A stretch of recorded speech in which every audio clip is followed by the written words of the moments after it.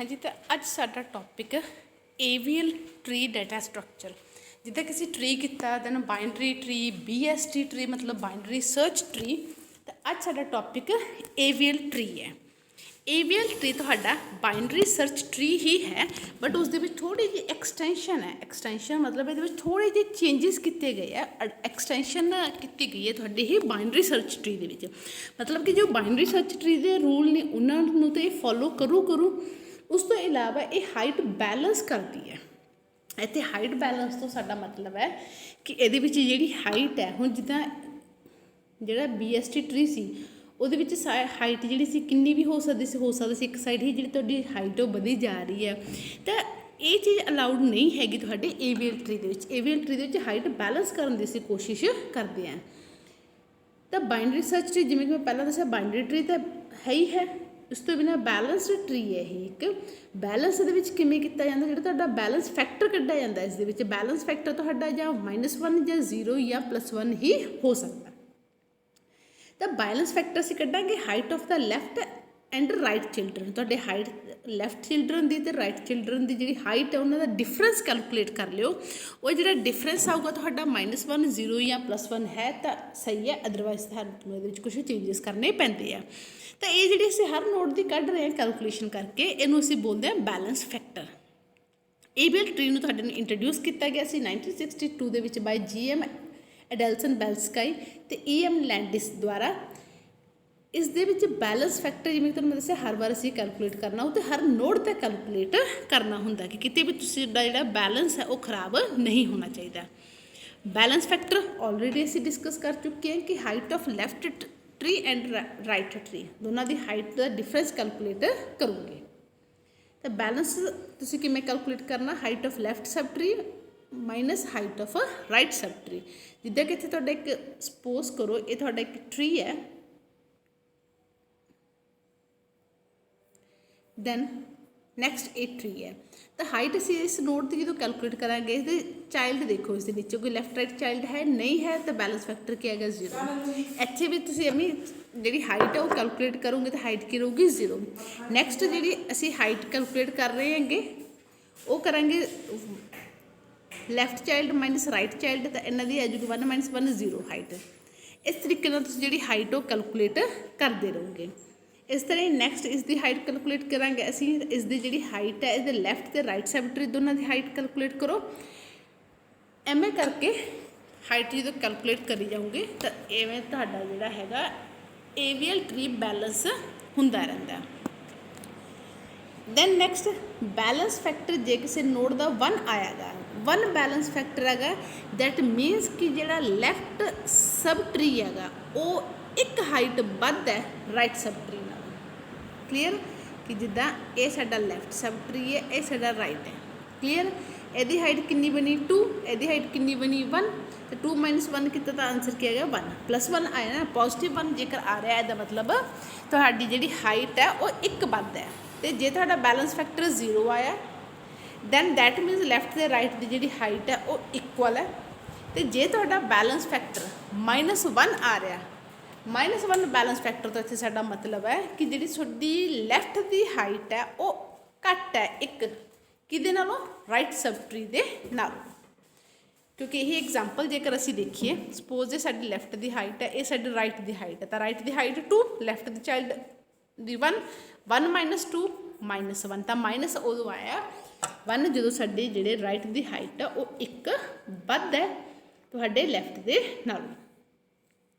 इस चीज़ असीं एग्जाम्पल दे नाल चैक कर सकते हैं हाइट नूं ते बैलेंस फैक्टर नूं समझण दे लई। 12 दे जिस बैलेंस फैक्टर करोगे उसका कोई चाइल्ड नहीं तो बैलेंस आ गया 0। इसका जो काउंट किया लैफ्ट चाइल्ड का है नहीं, राइट है यानी कि 0 - 1 तो आंसर की तुहाडा बैलेंस फैक्टर की है -1। इदां ही इसका जो 20 का कैलकुलेट करते हैं तो इसका जो बैलेंसिंग फैक्टर है इसकी हाइट देखिए लैफ्ट की हाइट है 2 माइनस राइट की हाइट 1 तो 2 - 1 1। इदां ही नैक्सट असीं 25 का बैलेंसिंग फैक्टर देखते हैं तो इसके लैफ्ट की हाइट 3 माइनस राइट की हाइट भी 3। क्लीयर है। तो हाइट इत्थे बेटा एक चीज़ नोट करो कि हाइट असीं एवें काउंट करनी किन्ने लैवल्स बन रहे हैं इस तरीके नाल, ठीक है। टोटल काउंट नहीं करनी चिल्ड्रन, इस तरीके तुसीं हाइट काउंट करोगे। दैन 25 की जेकर असीं काउंट करते हैं तो इसके 3 - 3 0। दैन नैक्सट इस साइड असीं जेकर चैक करिए 36 का असीं चैक करते हैं तो इसका लैफ्ट भी 2 राइट भी 2 - 2 0। तो इस तरीके नाल जिहड़ी तुसीं हैगी है दा बैलेंस फैक्टर वो कैलकुलेट करोगे। तो तुहाडा बैलेंस फैक्टर सैटिस्फाइड होना चाहिए, तां ही असीं उस ट्री नूं बोलांगे कि वो AVL ट्री है।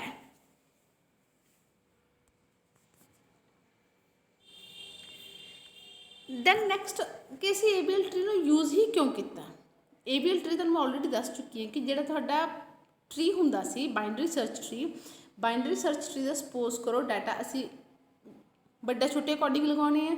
सपोज करो मैं 1 2 3 4 ए इंसर्ट करना चाहनी है तो मेरा 1 हुण बड़ी वैल्यू हमेशा राइट च ही आऊगी तो 2 3 फिर इसके राइट च आऊगा तो 3 दैन 4। इस तरीके नाल जिहड़ियां असीं वैल्यू जरूर इंसर्ट कर रहे हैं तो वो जिहड़ा BST दे विच सी वो तुहाडा एक साइड ही चला जांदा सी, राइट स्क्यूड या लैफ्ट स्क्यूड जिहड़े तुहाडे बन जांदे सी ट्री, उन्होंने अवॉइड करने लिए ही असीं AVL लैके आंदा।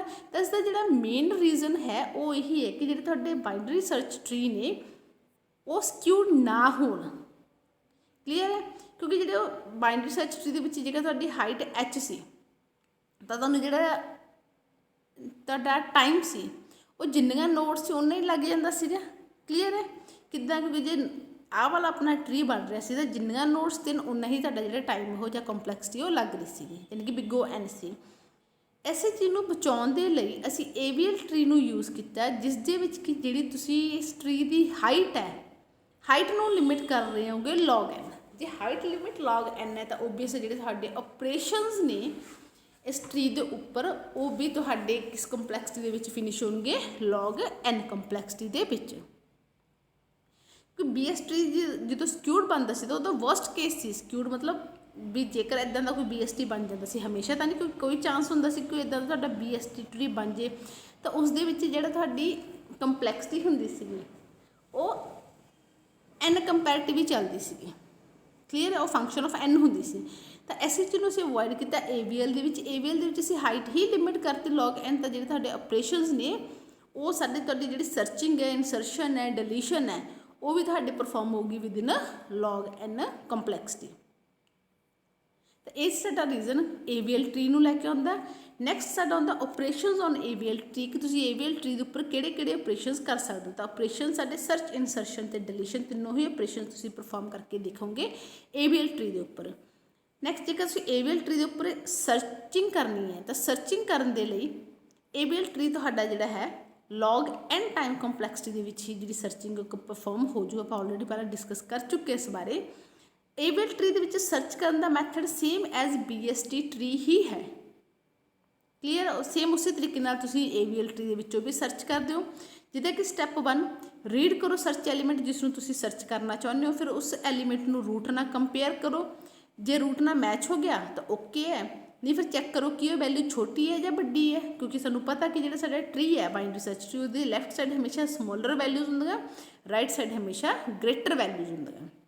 तो इस करके असीं मैच किया, जे वैल्यू मैच होगी तो ओके, अदरवाइज मैच नहीं हुई तो चैक करो कि जिहड़े एलीमेंट सर्च कर रहे हैं कि वो छोटा है या बड़ा।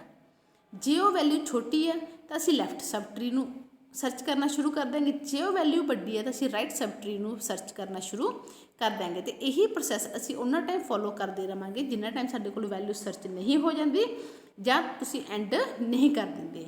जेकर तुहाडे कोल एंड ते जाके कोई वैल्यू सर्च करन नूं नहीं रही कोई भी नोड तो ओबीअस एलीमेंट नॉट फाउंड तो तुसीं टर्मीनेट कर दोगे तुहाडे फंक्शन नूं। तो AVL ट्री दी सर्चिंग बिल्कुल सेम है तुहाडे बाइनरी ट्री दी ही तरह। तो इत्थे सपोज करो असीं जिहड़ी वैल्यू सर्च करनी है, असीं वैल्यू सर्च करनी है 30। हुण 30 नूं सर्च करन लई असीं पहलां रूट नोड 25 नाल कंपेयर किया कि इक्वल ने नहीं इक्वल, तो सानूं ये पता कि जिहड़ी 13 है वो छोटी है, लैस दैन है 25 तो असीं राइट सब ट्री नहीं हुण सर्च करांगे, असीं जावांगे लैफ्ट साइड।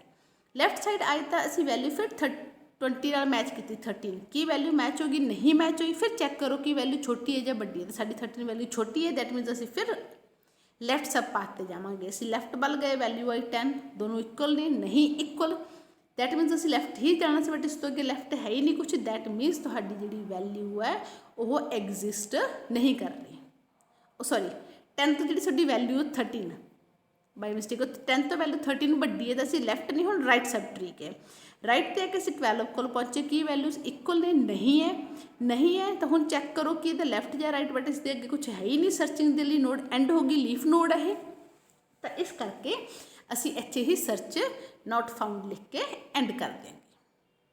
ਤਾਂ ਸਿੰਪਲ ਸੀ ਕਿ ਤੁਸੀਂ ਤੁਹਾਡੀ ਆਈਟਮ ਨੂੰ ਰੂਟ ਨਾਲ ਕੰਪੇਅਰ ਕਰੋ, ਮੈਚ ਹੋ ਗਈ ਤਾਂ ਓਕੇ ਹੈ, ਨਹੀਂ ਲੈਫਟ ਜਾਂ ਰਾਈਟ ਵੱਲ ਨੂੰ ਜਾਓ, ਡਿਪੈਂਡ ਕਰੂ ਵੈਲਿਊ ਛੋਟੀ ਹੈ ਤਾਂ ਤੁਸੀਂ ਲੈਫਟ ਵੱਲ ਆਓ, ਵੈਲਿਊ ਵੱਡੀ ਹੈ ਤਾਂ ਤੁਸੀਂ ਰਾਈਟ ਵੱਲ ਨੂੰ ਸਰਚਿੰਗ ਕਰਦੇ ਚਲੇ ਜਾਓਗੇ। ਨੈਕਸਟ ਅਸੀਂ ਕਵਰ ਕਰਾਂਗੇ AVL ਟਰੀ ਰੋਟੇਸ਼ਨਸ।